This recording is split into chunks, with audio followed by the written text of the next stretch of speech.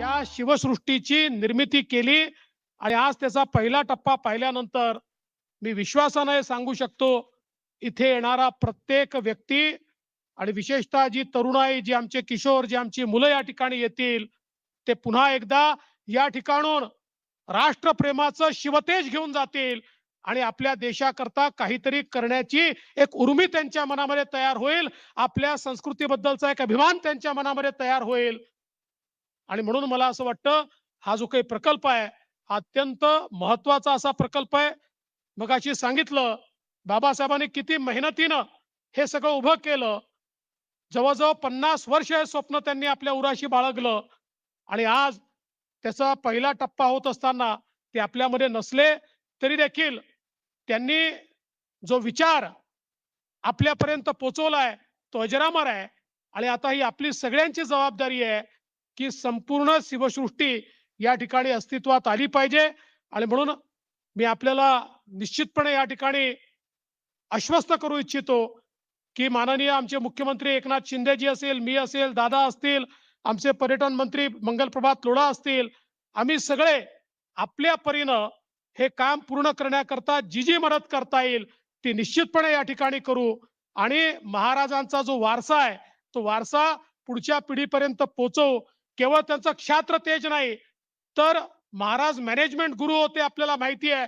त्यामुळे त्यांचं व्यवस्थापन शास्त्र हे समोर लोकांपर्यंत पोहोचलं पाहिजे. त्यांची पर्यावरणाची दृष्टी ही पोहोचली पाहिजे. त्यांचं जलनियोजन हे पोहोचलं पाहिजे. या सगळ्या गोष्टी पोहोचवण्याचं काम हे आपण निश्चितपणे करू, एवढाच विश्वास या ठिकाणी व्यक्त करतो. आणि या अतिशय चांगल्या कार्यक्रमामध्ये या ठिकाणी निमंत्रित केलं आणि सन्मानित केलं त्याबद्दल मी आपल्या सर्वांचे मनापासून आभार मानतो आणि माझं बोलणं संपवतो. जय हिंद, जय महाराष्ट्र, जय शिवराय, छत्रपती शिवाजी महाराज की जय. धन्यवाद आदरणीय उपमुख्यमंत्री देवेंद्रजी फडणवीस. आज जिथे जिथे छत्रपती शिवरायांची आरती होते त्या वेळेला आपल्याला आठवण होते स्वातंत्र्यवीर सावरकरांची. आणि सावरकरांनी एक फार सुंदर वाक्य पूर्वी म्हणलं होतं की आजाण बुद्धीच्या दुबळ्या लोकशाहीपेक्षा छत्रपती शिवरायांसारख्या कल्याणकर्त्या सर्वाधिकाऱ्याची राजवट मी नेहमीच पसंत करेन. आणि तोच विचार घेऊन आज ही जोडी खऱ्या अर्थाने महाराष्ट्रात पुढे जातीये. आणि म्हणूनच देवेंद्रजींनी सांगितलं की आम्ही पूर्णपणे शिवसृष्टीच्या पाठीशी उभे राहू. मी यानंतर आमंत्रित करतोय महाराष्ट्र राज्याचे लाडके मुख्यमंत्री आदरणीय एकनाथजी शिंदे यांना. कुठेही सर सुद्धा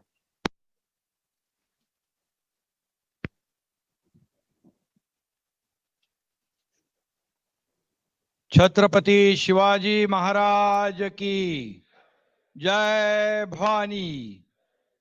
आज शिवजयंती आहे आणि आजच्या या शिवजन्मोत्सव आणि शिवजयंतीचं औचित्य साधून आज शिवसृष्टीच्या प्रथम चरणाचा लोकार्पण सोहळा ज्यांच्या शुभ हस्ते होतोय झालाय ते या भारताचे यशस्वी आणि कर्तव्यदक्ष गृहमंत्री अमितभाई शाह साहेब, महाराष्ट्राचे लोकप्रिय उपमुख्यमंत्री देवेंद्र फडणवीस साहेब, आपले पालकमंत्री चंद्रकांत दादा, पर्यटन मंत्री मंगल प्रभात लोढाजी, आपले आमदार शिवेंद्रराजे भोसले, नाना जाधव, प्रवीण दबडगाव, जगदीश कदम, सर्व मान्यवर आणि मोठ्या संख्येने उपस्थित सर्व शिवप्रेमी बांधव भगिनी आणि पत्रकार मित्रांनो, मी सगळ्यात आधी आपल्या महाराष्ट्राचं आराध्य दैवत, हिंदवी स्वराज्याचे संस्थापक, रयतेचे जाणते राजा छत्रपती शिवाजी महाराजांना वंदन करतो आणि आई जिजाऊंना देखील मनापासून त्यांनाही वंदन करतो. आजच्या या छत्रपती शिवाजी महाराजांच्या जयंतीनिमित्त शिवसृष्टीचं लोकार्पण होत आहे. अशा पवित्र दिनी या पवित्र कार्यक्रमाला मुख्यमंत्री म्हणून मला उपस्थित राहण्याची संधी मिळाली, हे माझं खऱ्या अर्थाने मोठं भाग्य समजतो. आणि या कार्यक्रमाला खास आवर्जून आपल्या देशाचे गृहमंत्री अमित भाई आले, त्यांचं महाराष्ट्राच्या वतीने आपल्या सगळ्यांच्या वतीने मनापासून स्वागत करतो. आणि हा खऱ्या अर्थाने एक महत्वाचा कार्यक्रम आहे. आणि अमित भाई इकडे आलेत, खरं म्हणजे त्यांच्या शुभ हस्ते हा कार्यक्रम होतोय. पहिला टप्पा ते छत्रपती शिवाजी महाराजांचा जो काही अलौकिक कार्यकाळ आहे, त्यांचं जे कार्य आहे, त्यांनी या राज्यासाठी, देशासाठी, हिंदवी स्वराज्यासाठी जे अलौकिक काम केलंय, त्याचे ते अभ्यासक देखील आहेत, प्रशंसक आहेत आणि शिवभक्तही आहेत. आणि म्हणून खऱ्या अर्थाने आज त्यांच्या हस्ते या पहिल्या टप्प्याचं लोकार्पण होतंय. हे आपल्या सगळ्यांसाठी अभिमानाची बाब आहे. आणि महाराष्ट्राचा अभिमान हे खऱ्या अर्थाने छत्रपतींचं जीवित कार्य होतं. राजांनी रयतेसाठी आपला जीव ओवाळून टाकला आणि त्यांनी जे कार्य केलं हे आपल्या सगळ्यांना माहित आहे. रयतेच्या भाजीच्या देठालाही हात लागता कामा नये, अशा प्रकारची त्यांची कार्यपद्धती होती. आणि त्याचबरोबर ते अतिशय कुशल संघटक, कुशल प्रशासक. आज गडकिल्ले, आज शिवनेरीला आम्ही जाऊन आलो.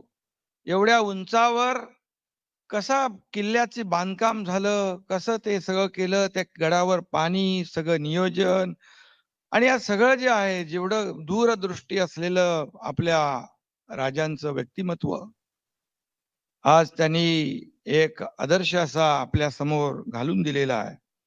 आणि म्हणून त्यांच्या जयंतीचा दिवस देखील एका मोठ्या सणासारखा, महोत्सवासारखा साजरा व्हावा, असं देखील या सरकारने आज प्रयत्न केलाय.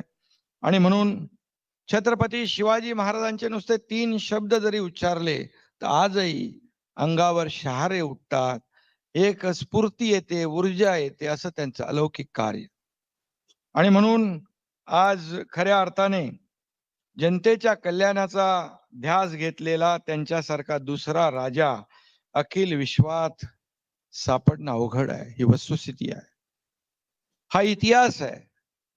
आणि आज शिवशाहीर बाबासाहेब पुरंदरे यांची देखील आपल्याला सगळ्यांना आठवण आल्याशिवाय राहणार नाही. कारण ही शिवसृष्टीची कल्पना जी आहे, ही आदरणीय बाबासाहेबांची. आणि खरं म्हणजे हे काम त्यांच्या हयातीमध्येच ते असतानाच व्हायला पाहिजे होतं. परंतु ठीक आहे, काही गोष्टी असतात, काही गोष्टी काळानुरूप त्यालाही काळ, वेळ, योग यावा लागतो. आणि ते आज या ठिकाणी पहिला टप्पा सुरू होतोय, ही देखील एक चांगली बाब आहे. आणि राज्य सरकारने देखील त्यासाठी 50 कोटी रुपयाचा देण्याचा निर्णय घेतलेला आहे. आणि 50च नाही, आज या ठिकाणी देशाचे आपले सर्वांचे नेते, मार्गदर्शक, गृहमंत्री अमित भाई आहेत. खऱ्या अर्थाने या देशाचा, राज्याचा कारभार छत्रपती शिवाजी महाराजांचा आदर्श डोळ्यासमोर ठेवून आपण काम करतोय. या देशाचं नेतृत्व आदरणीय प्रधानमंत्री, आपले लोकप्रिय आणि यशस्वी प्रधानमंत्री मोदी साहेब करतायत. आणि मगाशी उपमुख्यमंत्री देवेंद्रजींनी ती आठवण सांगितली. इथे येऊन त्यांनी छत्रपती शिवाजी महाराजांना नमस्कार केला, वंदन केलं आणि कारभार सुरू केला. त्यामुळे बिलकुल या ठिकाणी या शिवसृष्टीला काही कमी पडणार नाही, अशा प्रकारचं या ठिकाणी मी आपल्याला शब्दही देऊ इच्छितो. खरं म्हणजे एवढं चांगलं, अप्रतिम, अद्भुत असं काम आपण केलेलं आहे, अप्रतिम आणि अद्भुत. आणि त्यामुळे हा जो काही उपक्रम आहे, हा उपक्रम आपल्या सगळ्यांचा आहे. त्यामुळे बाबासाहेबांनी सुरू केलेलं हे काम जे आहे, मी पाहिलं शिवतीर्थावर, ही शिवसृष्टी त्यांनी त्या ठिकाणी साकारली होती. आणि तशाच प्रकारची शिवसृष्टी एक खऱ्या स्वरूपामध्ये या ठिकाणी लोकांना प्रेरणा देण्यासाठी उभी राहिली पाहिजे ही संकल्पना मांडली आणि तेव्हापासून याचं काम सुरू झालं आणि आज त्याचा पहिला टप्पा पूर्ण होतोय.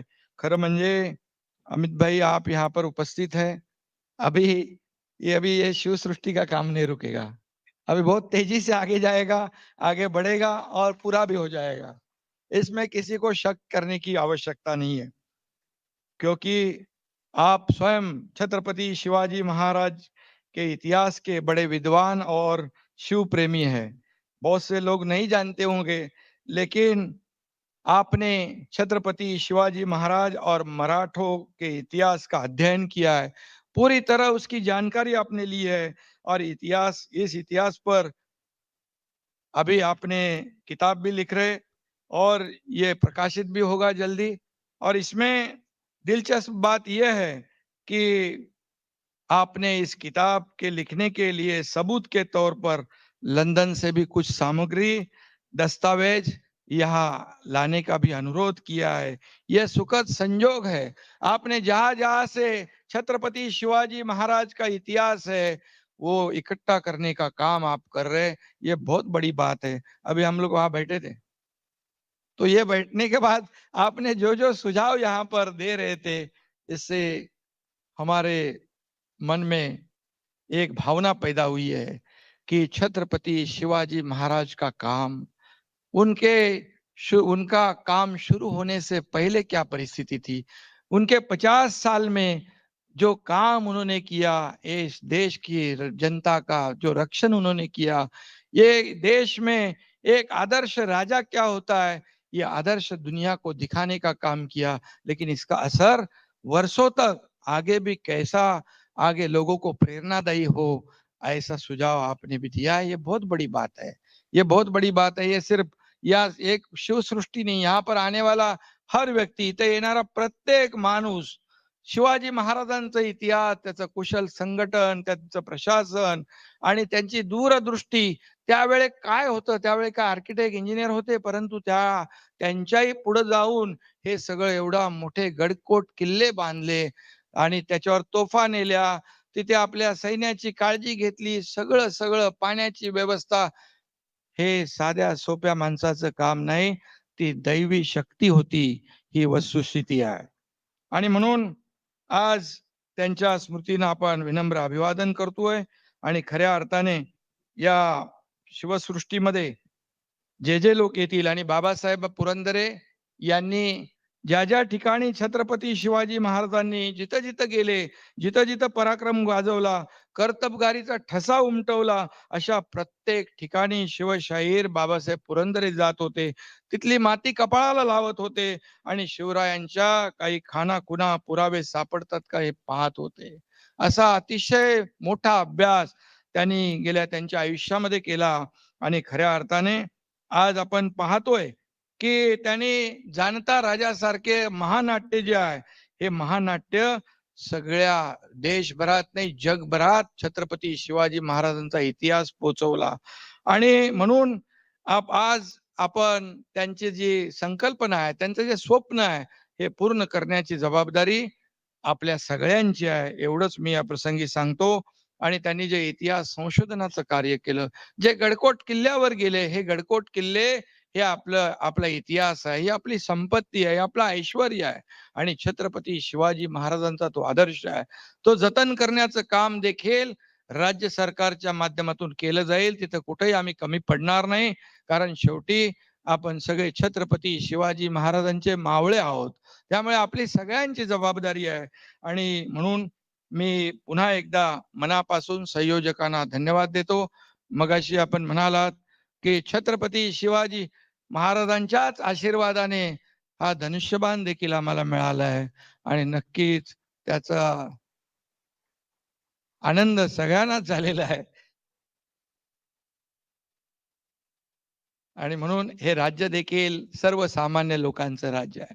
सर्वसामान्य माणसाला केंद्रबिंदू मानून आपण हा राज्य कारभार करतोय. छत्रपती शिवाजी महाराजांना आदर्श मानून आपण कामकाज करतोय आणि म्हणून सर्व समाजांना सोबत घेऊन या राज्याचा सर्वांगीण विकास करण्यासाठी हे या सर्वसामान्यांचं सरकार सर्वसामान्य लोकांच्या आयुष्यामध्ये बदल सुख समाधानाचे आयुष्य दिवस आणण्यासाठी हे सरकार स्थापन झालंय आणि त्याला आदरणीय प्रधानमंत्री मोदी साहेबांचे आशीर्वाद आहेत, आदरणीय अमित भाईंचं मार्गदर्शन आहे. त्यामुळे आणखी यापुढे आपल्याला राज्याचा विकास करायचा आहे आणि या शिवसृष्टीमध्ये येणारा प्रत्येक जण इथं येऊन एक प्रेरणा घेऊन जाईल, स्फूर्ती घेऊन जाईल, ऊर्जा घेऊन जाईल आणि हे संस्कार केंद्र म्हणून ठरेल, याची ओळख होईल, एवढीच आपण अपेक्षा करूया. राज्य सरकार आपल्या सोबत आहे, त्यामुळे चिंता करू नका. मी आणि देवेंद्रजी आहे, आमची चर्चाही झालेली आहे आणि स्वतः खुद्द या देशाचे गृहमंत्री इकडे आले, त्यांच्या शुभ हस्ते झालेला आहे. हा आजचा योगायोग फार मोठा आहे आणि म्हणून मी पुन्हा एकदा आपल्या सगळ्यांना मनापासून धन्यवाद देतो, मनापासून आपल्याला शुभेच्छा देतो. जय हिंद, जय महाराष्ट्र.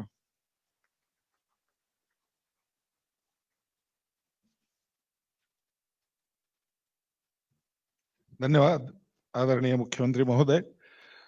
शासन कायमच अशा सगळ्या गोष्टींच्या पाठीशी राहील असं आदरणीय उपमुख्यमंत्री आणि मुख्यमंत्री दोघांनी सांगितलं. सुरुवातीला आम्ही आवाहन केलं होतं की जनतेच्या सहभागातून हा जर उद्यापासून लोकार्पित होणारा पहिला टप्पा बघितला गेला तर बरं होईल आणि त्याला अत्यंत उत्तम प्रतिसाद टॅलेंटिका इंडियाने दिला होता. सूर्यदत्ता ग्रुपनी 5,000 विद्यार्थी आणणार सांगितलं होतं. अजून 2 उत्तम गोष्टी आल्या आहेत.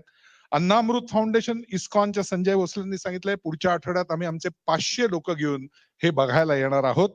आणि एक वेगळा भाग म्हणजे पश्चिम महाराष्ट्र क्षेत्राच्या महाराष्ट्र जेलच्या डीआयजी स्वाती साठे यांनी सांगितलंय येरवड्यातील ओपन जेल मधल्या 200 कैद्यांना पुढच्या आठवड्यात शिवसृष्टी दाखवण्यासाठी आम्ही आणणार आहोत. आपल्याला सगळ्यांना माहितीये महापंडित आर्य चाणक्य, छत्रपती शिवराय आणि स्वातंत्र्यवीर सावरकर ही 3 आराध्य दैवत मानून काम करणारे आपले केंद्रीय गृह आणि सहकार मंत्री.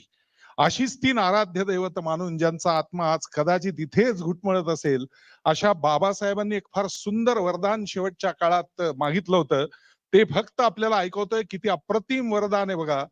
बाबासाहेबांचा चेहराही आज सगळ्यांच्या डोळ्यासमोर असेल. त्यांनी म्हणलं होतं, चंडिके दे, अंबिके दे, शारदे, वरदान दे, रक्त दे, मज स्वेद दे, तुझं अर्घ्य देण्या अश्रू दे, वादळासह प्रलय लाटा मज सभोवती उसळू दे, खांडवालित अग्नितांडव मांडवा या बिलगू दे, सोसण्यात आग शक्ती अन शिशूचे हास्य दे, चंडिके दे, अंबिके दे, शारदे, वरदान दे. आणि त्यात शेवटी ते म्हणतात, तृप्त मी शिवशक्तीच्या गानात झालो शारदे, तृप्त मी शिवशक्तीच्या गानात झालो शारदे, मागणे काहीच नाही एवढे वरदान दे, मम चितेने यात्रिकांची वाट क्षणभर उजळू दे, चंडिके दे, अंबिके दे, शारदे, वरदान दे.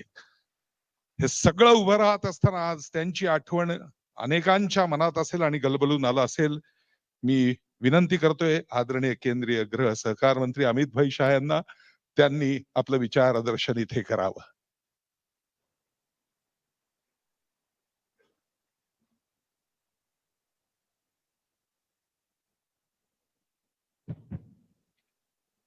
आज के इस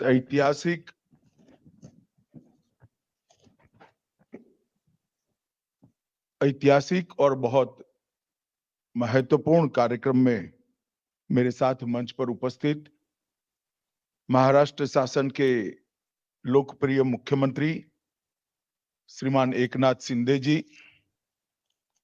महाराष्ट्र शासन के उपमुख्यमंत्री श्री देवेंद्र फडणवीस जी, श्रीमान चंद्रकांत दादा पाटिल जी, महाराष्ट्र के मंत्री महोदय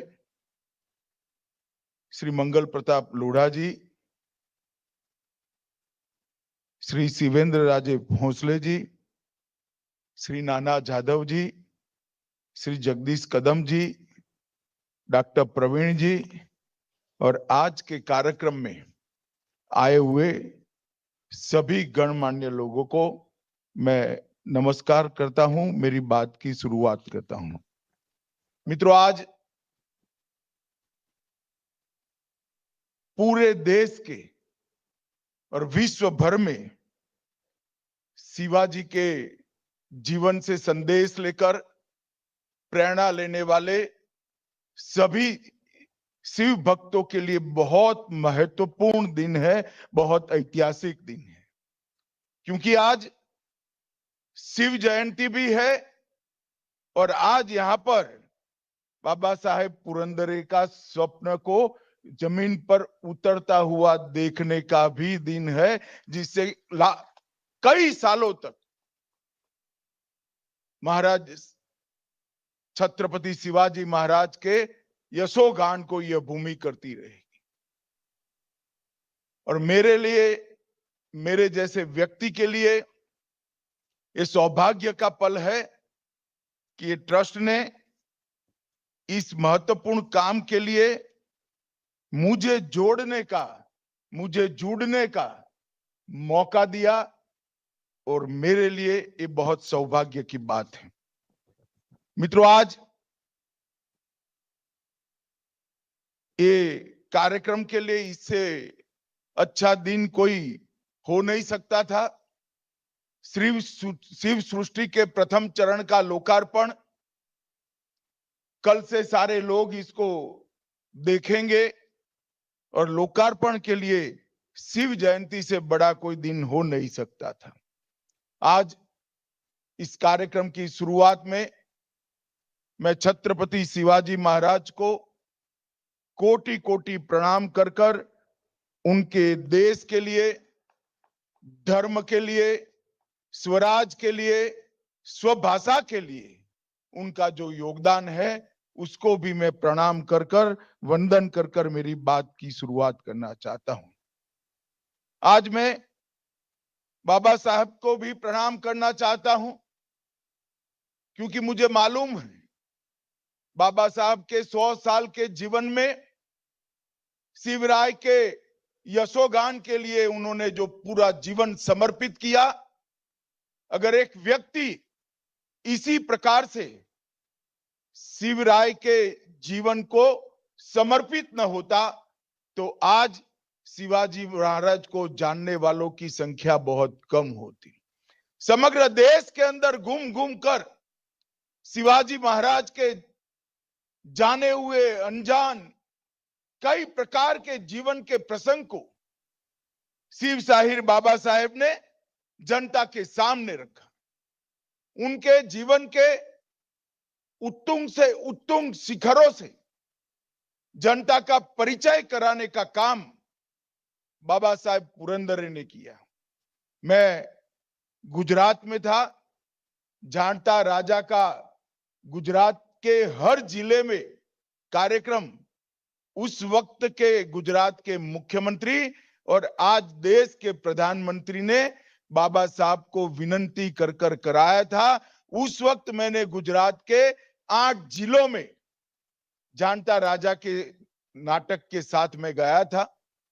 उस वक्त युवा जिस प्रकार से शिवाजी महाराज की जय के नारे लगाते थे, कार्यक्रम शुरू होने के पहले और कार्यक्रम समाप्त होने के बाद वो दोनों की तीव्रता में 3 से 4 गुना अंतर होता था। आते थे तो एक नाट्य रूपांतर देखने के लिए और जाते थे शिवाजी महाराज के अनन्य भक्त बनकर। ये इतना बड़ा कार्यक्रम पूरे देश भर के जिले जिले में लेकर वो घूमे, और आज बाबा साहेब है नहीं, परंतु उनका स्वप्न साकार होने जा रहा है। मैं ट्रस्ट के सभी ट्रस्टियों का मनपूर्वक अभिनंदन करना चाहता हूं कि आपने इस काम को आगे बढ़ाने का फैसला लिया है। और एकनाथ जी ने कहा काम रुकेगा नहीं। एकनाथ जी, मैं और आप क्या होते हैं, ये ईश्वरीय काम है। शिवराय की प्रतिष्ठा ही ऐसी है कि ये काम कभी रुकने वाला नहीं, ये काम आगे ही बढ़ने वाला है, और एक काम ये ईश्वरीय काम। मित्रों, आज मैं यहाँ पर आया हूं तब हिंदी कवि मैथिली शरण गुप्त ने श्री रामचरित्र के बारे में एक बात कही थी। मैं आज शिव छत्रपति के बारे में इसको जोड़कर कहना चाहता हूं। उन्होंने कहा, राम तेरा चरित स्वयं ही काव्य है, कोई कवि बन जाए ये तो सहज संभाव्य है। राम का चरित्र ही अपने आप में काव्य है। कोई भी व्यक्ति कवि बन ही सकता है चरित्र को पढ़कर। शिवराय का जीवन ही एक ऐसा संदेश है जो आज भी कश्मीर से कन्याकुमारी और द्वारका से कलकत्ते तक, गंगा सागर तक सभी लोगों को प्रेरणा देता है, सभी लोगों को प्रेरित करता है। और ये शिवाजी महाराज का जीवन चरित्र बाबा साहेब पुरंदरे से शिव शाहिर बाबा साहेब पुरंदरे का नाम में जो परिवर्तित हुआ, इसमें बाबा साहेब पुरंदरे का बहुत बड़ा योगदान है। शिव स्तुति करना अलग बात है। शिवाजी महाराज के जीवन को, उनके कर्तृत्व को अनेक जगहों पे बिखरे हुए इनके जीवन के 50 साल एकत्रित करना, अधिकृत दस्तावेजों का संकलन करना, दुनिया भर से, मैं बहुत सोच समझकर शब्द प्रयोग करता हूं, दुनिया भर से भिक्षा मांगकर दस्तावेजों को एकत्रित करना और एक शिव चरित्र का इतिहास नई पीढ़ी के लिए तैयार करना, वो बाबा साहेब ने इस देश पर बहुत बड़ा उपकार किया है। मित्रों, आज मैं एक ऐसे व्यक्ति ने क्या ऐसा उत्तुंग कार्य, इसका लोकार्पण में मैं हिस्सेदार हुआ हूं, इसका भी मुझे बहुत आनंद भी है और मैं गर्व भी महसूस करता हूं।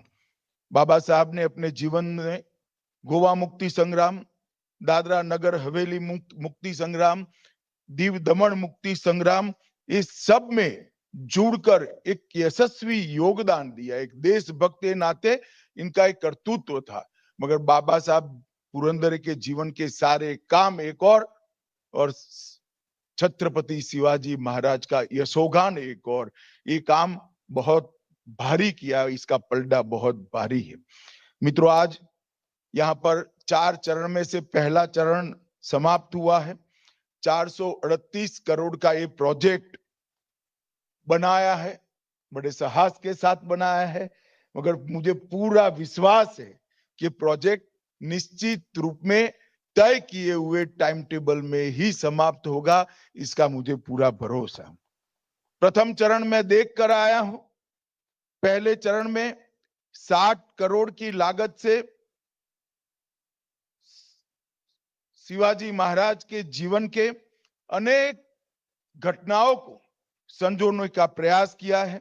3D मॉडल में शिवकालीन दुर्गों का सफर, शिव राज्याभिषेक का प्रसंग और महाराज शिवाजी महाराज का आगरा और मुगलों की चुंगल से निकलना, एक कई प्रसंगों को एक साथ यहां पर संजो कर रखा है।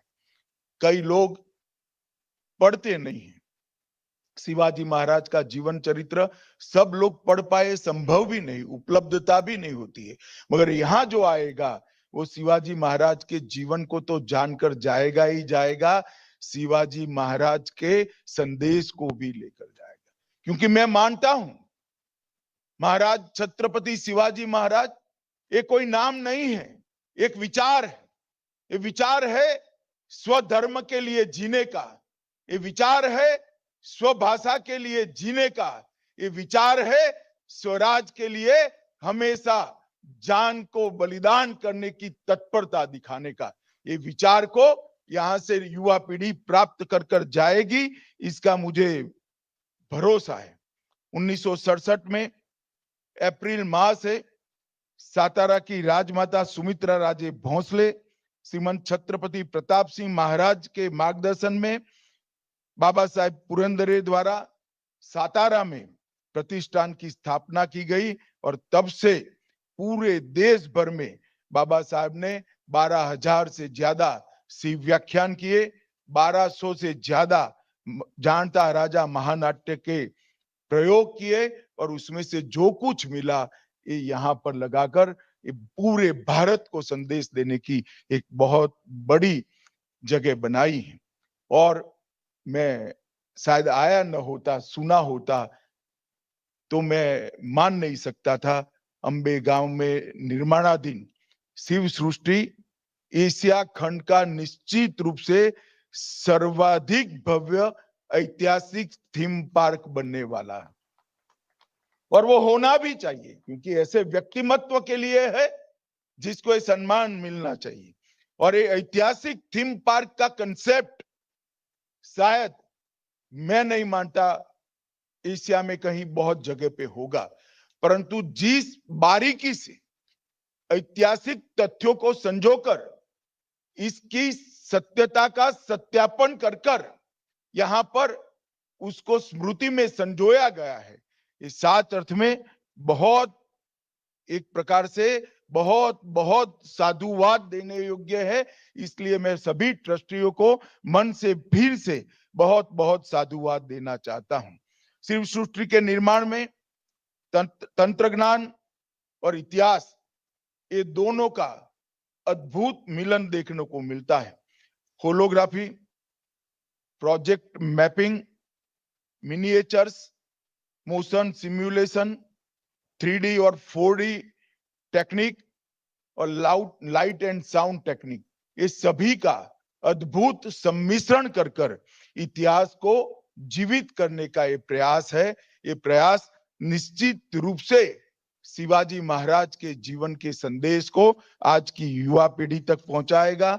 न केवल महाराष्ट्र, देश भर के यात्रियों के लिए, देश भर के शिव भक्तों के लिए और दुनिया भर के इतिहास विदों के लिए ये स्थान बहुत महत्वपूर्ण स्थान बनने वाला है।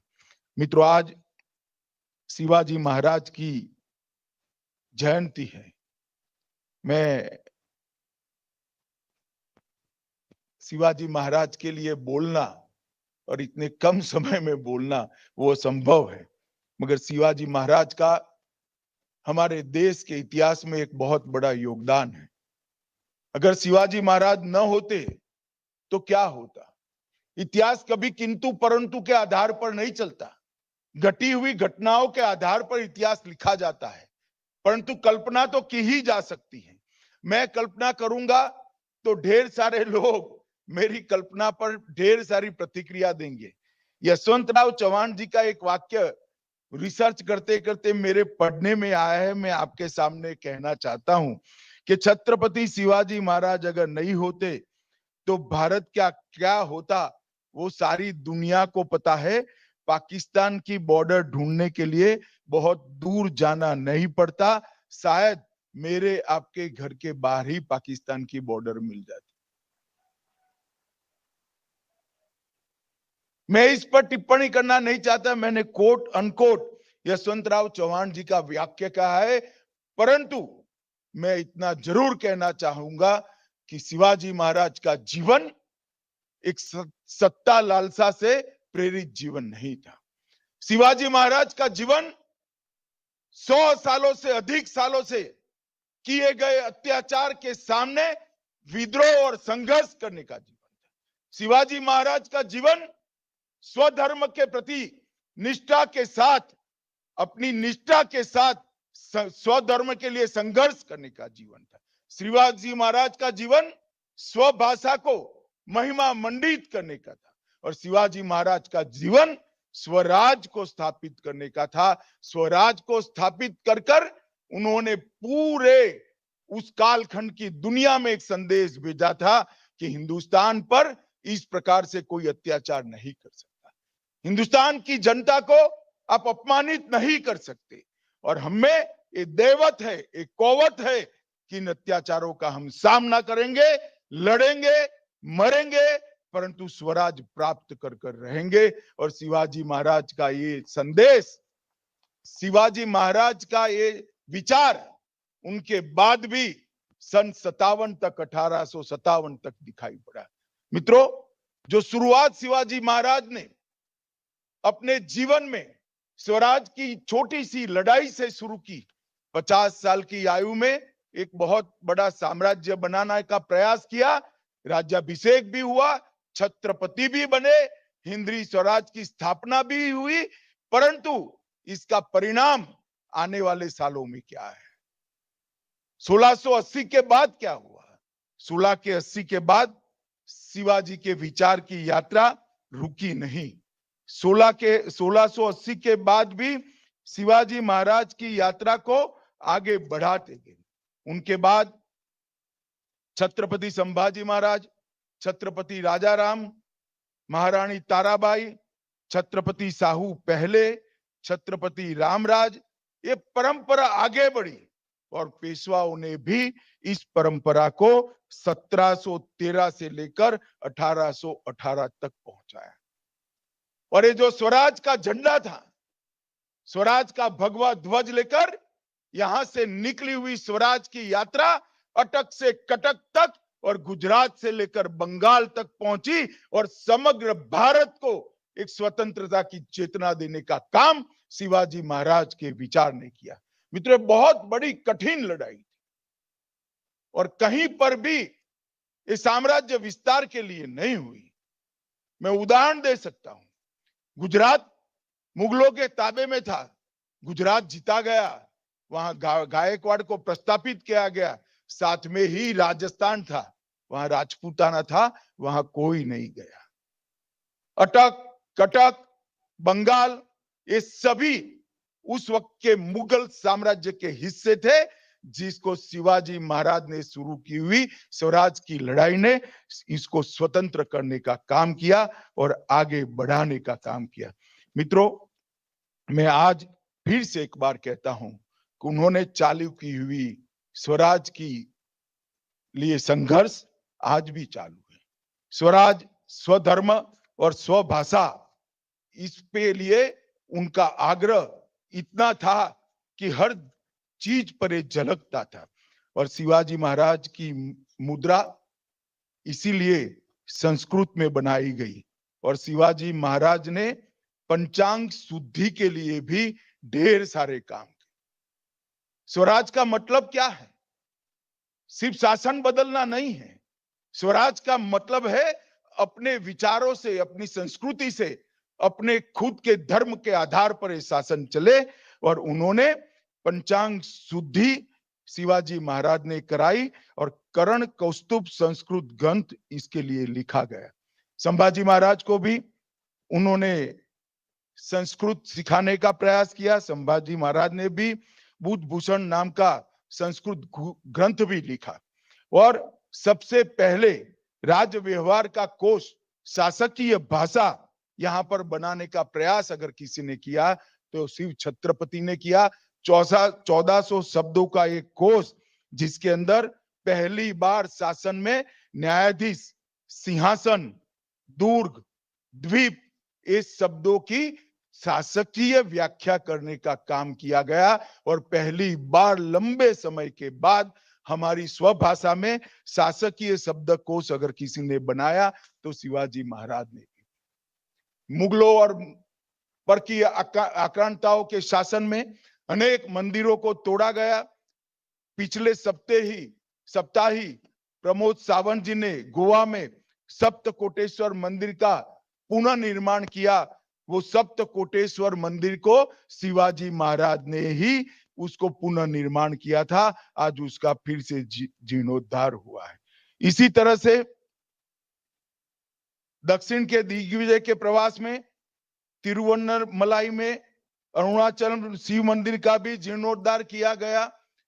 उन्होंने ढेर सारे मंदिर को सामने बड़े बड़े द्वार बनाए और एक प्रकार से जो विध्वंस उस वक्त फैलाया गया था, कुछ टीका करे बगैर उन्होंने अपनी कृति से उसको रिपेयर करने का काम किया। और शिवाजी महाराज से लेकर बाजीराव, नाना साहेब, माधवराव और अंत में पुण्य श्लोक अहल्याबाई, ये परंपरा चालू रही और ढेर सारे मंदिरों की पुनर्निर्मिति की यात्रा शुरू हुई। वो पुनर्निर्मिति भी शिवाजी महाराज ने शुरू की थी और आज हमारे देश के प्रधानमंत्री भी इसको आगे बढ़ा रहे हैं। प्रभु श्री राम का मंदिर भी बन रहा है, काशी विश्वनाथ का कॉरिडोर भी बना है, सोमनाथ भी सोने का हो रहा है और कई सारे मंदिरों का उद्धार करने का काम भारतीय जनता पार्टी की सरकार और हमारे प्रधानमंत्री कर रहे हैं। मित्रों, शिवाजी महाराज ने स्वराज का उद्देश्य भी बहुत स्पष्ट कर दिया था। पहली बार जो भारतीय इतिहास के अभ्यासु लोग होंगे और भारतीय परंपरा में शासन व्यवस्था का जिसने अभ्यास किया होगा, पहली बार बहुत लंबे कालखंड के बाद अष्ट प्रधान मंडल की कल्पना को शिवाजी महाराज ने चरितार्थ किया। स्वराज के बाद सुराज की दिशा में भी उन्होंने बहुत बड़ा काम किया। पेशवा, अमात्य, मंत्री अथवा वाकिया, सचिव अथवा चिटनीस, सुमंत अथवा दबीर, सेनापति, पंडित राव और न्यायाधीश, ये 8 विभागों में शासन को उन्होंने बांटा और शासन के सूत्रों को लिपिबद्ध करने का काम बहुत समय के बाद शिवाजी महाराज के नेतृत्व में हुआ। और इसी से हमें मालूम पड़ता है कि कितनी बारीकी से स्वराज के साथ साथ सुराज की कल्पना की।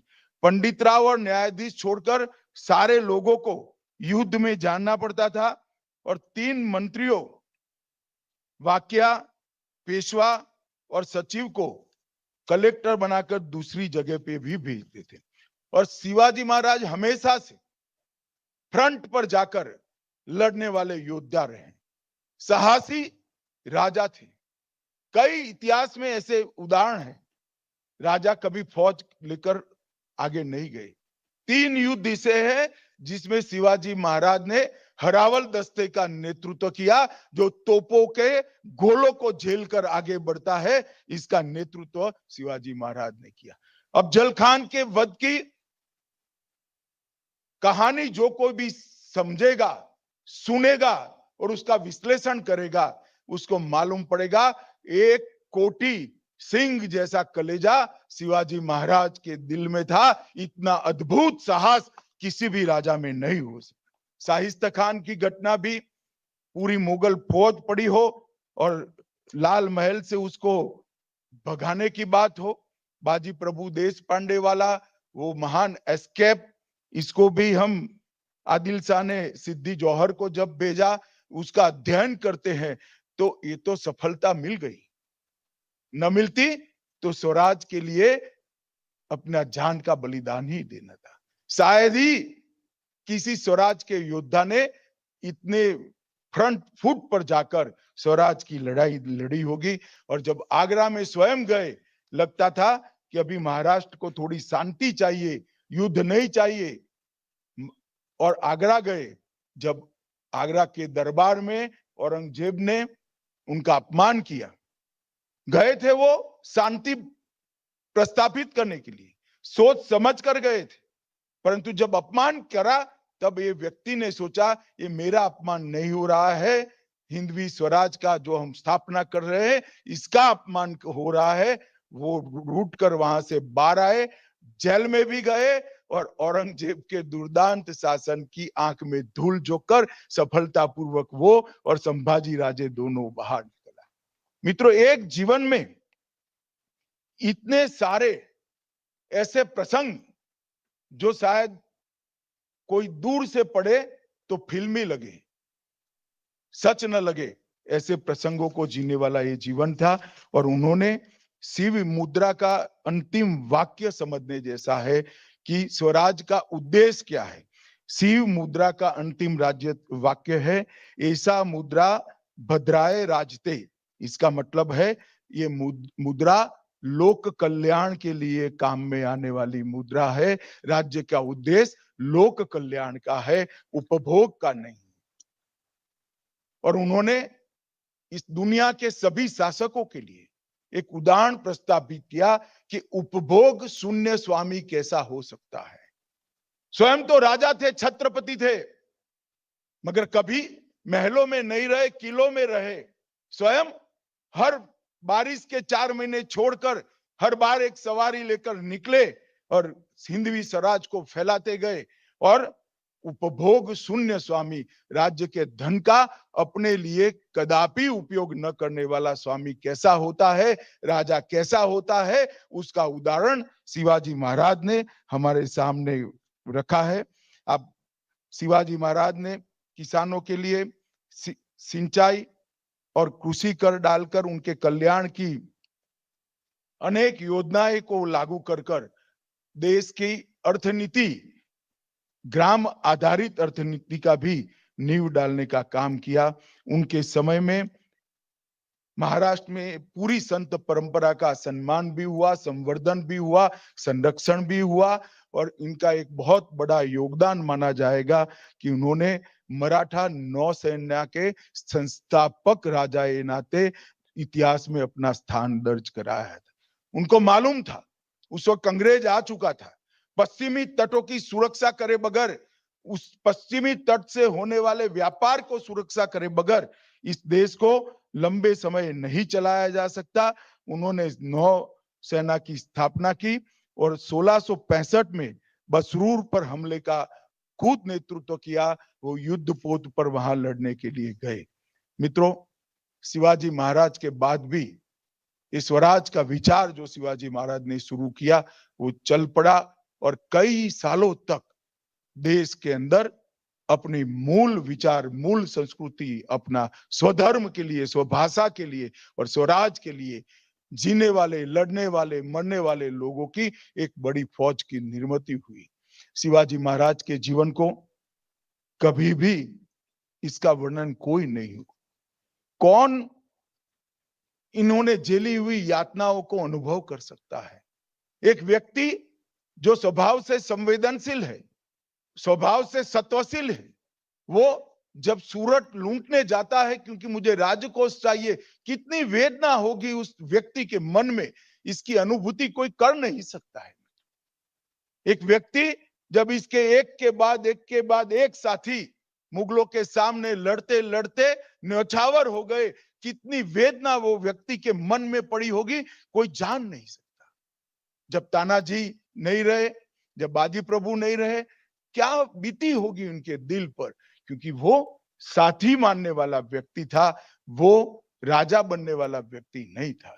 इनकी मन की वेदना, उनका परिताप, इसका कोई अनुभव नहीं कर सकता, उसका वर्णन भी नहीं हो सकता। और मित्रों, वहां से जो परंपरा चली, महादजी सिंधिया ने 1771 में दिल्ली का कब्जा लिया, वहां तक पहुंची। इसके बाद इससे भी आके मराठा फौज गई और अटक से कटक तक का पूरा साम्राज्य बनाया। आज शिव जयंती के मौके पर यहाँ पर एक भव्य शिव सृष्टि के निर्माण के पहले चरण का समापन हुआ है। 4 चरण जब समाप्त हो जाएंगे, ये शिव सृष्टि शिवराय की गाथा को बड़े गौरव के साथ समग्र विश्व के सामने रखेगी और वो वहां से सिर्फ एक ऐतिहासिक सत्य के रूप में नहीं जाएगा, शिवाजी विचार के, शिवाजी, मैं फिर से कह देता हूं, शिव छत्रपति का जीवन एक राजा का जीवन नहीं है, एक विचार है और ये विचार को मानने वाले अनेक लोगों को इस शिव सृष्टि आगे बढ़ाएगी। कई लोग उसमें जुड़ेंगे और ये यात्रा भारत को परम वैभव पर पहुंचाने की यात्रा बन जाएगी, जो आज मोदी जी के नेतृत्व में आजादी के अमृत महोत्सव में मोदी जी ने हमारे सामने लक्ष्य रखा है।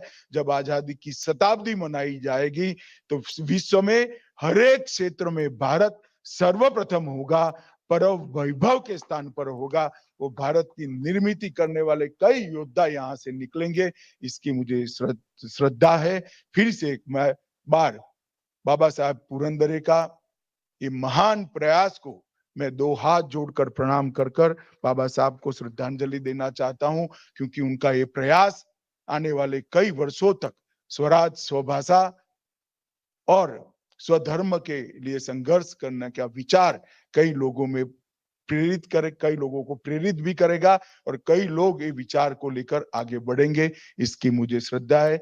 फिर से ट्रस्ट के साथ जुड़े हुए सभी लोगों का इस पुण्य कार्य में मुझे उपस्थित रहने का मौका देने के लिए धन्यवाद कर मेरी बात को समाप्त करता हूं।